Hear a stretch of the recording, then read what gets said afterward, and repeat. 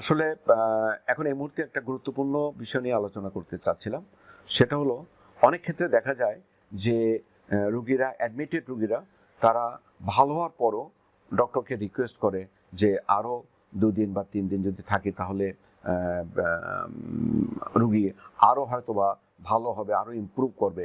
এই যে over stay in the hospital, এটা যে রোগীর জন্য ক্ষতিকর, এই বিষয়ে জাস্ট দুই একটা কথা বলতে চাচ্ছিলাম। স্পেশালি এখন এই যে ডেঙ্গুর সময়, ডেঙ্গু এখন এন্ডেমিক চলতেছে। এখন ডেঙ্গুর সময় অনেক সময় দেখা যায় যে প্লেটলেট নিয়ে আপনার রুগী বা রুগীর অ্যাটেন্ডেন্স এটা কিন্তু খুব উদ্গ্রীব হয়ে যায়। প্লেটলেট কমতেছে, বাড়তেছে না, বা এই ধরনের একটা ইস্যু নিয়ে। কিন্তু আমি আপনাদেরকে এই প্রসঙ্গে একটা জিনিস বলে রাখি, ডেঙ্গু কিন্তু কখনোই একটা প্লেটলেট ডিসঅর্ডার কোনো অসুখ না। প্লেটলেটের সাথে কোনো এরকম কোনো সম্পৃক্ততা নাই।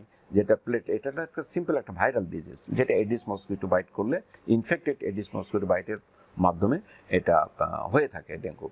তো যে কারণেই হোক না কেন, যখনই ডাক্তার রুগীকে অ্যাডভাইস করবে, যদি দেখে যে রুগী ক্লিনিক্যালি অনেকখানি ইমপ্রুভড এবং রুগীকে ছেড়ে দেওয়া যায়, ডিসচার্জ, প্ল্যান টু ডিসচার্জ, তখন রুগীদেরকে আসলে ঠিক সেই সময়টায় রিলিজ নেওয়া উচিত।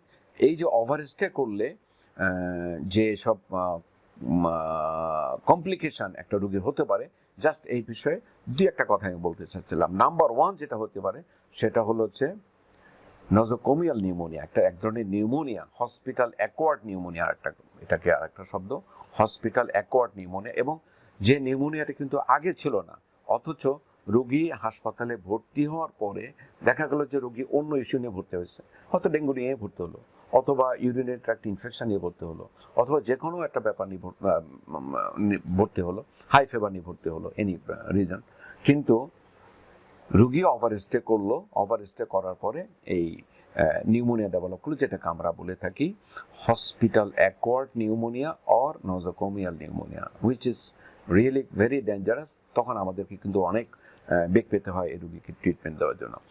নাম্বার 2 আরেকটা জিনিস, সেটা হচ্ছে line related sepsis. Line related sepsis বলতে কিছু ইনফেকশন, যেমন রুগীর বিভিন্ন জায়গায় স্যালাইন পুশ করা হয়, আইভি ফ্লুইড দেওয়া হয়। এখন এই আইভি ফ্লুইড দিয়ে তারপর নেজোগ্যাস্ট্রিক সাকশন দেওয়া হয়, তারপরে ক্যাথেটার পরানো হয়। এই যে বিভিন্ন যে যে প্রসিডিওরগুলি করা হচ্ছে, এতে করে কিন্তু there is every possibilities to introduce the infection. তো এটাকে বলা হচ্ছে লাইন রিলেটেড সেপসিস হতে পারে।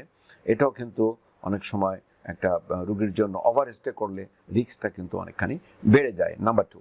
নাম্বার 3 যে জিনিসটা, সেটা ভেরি ভেরি ইম্পর্টেন্ট, সেটা হচ্ছে লম্বা সময় যদি বেড রিডেন থাকে, তাহলে there is every possibilities to develop DVD, deep venous thrombosis.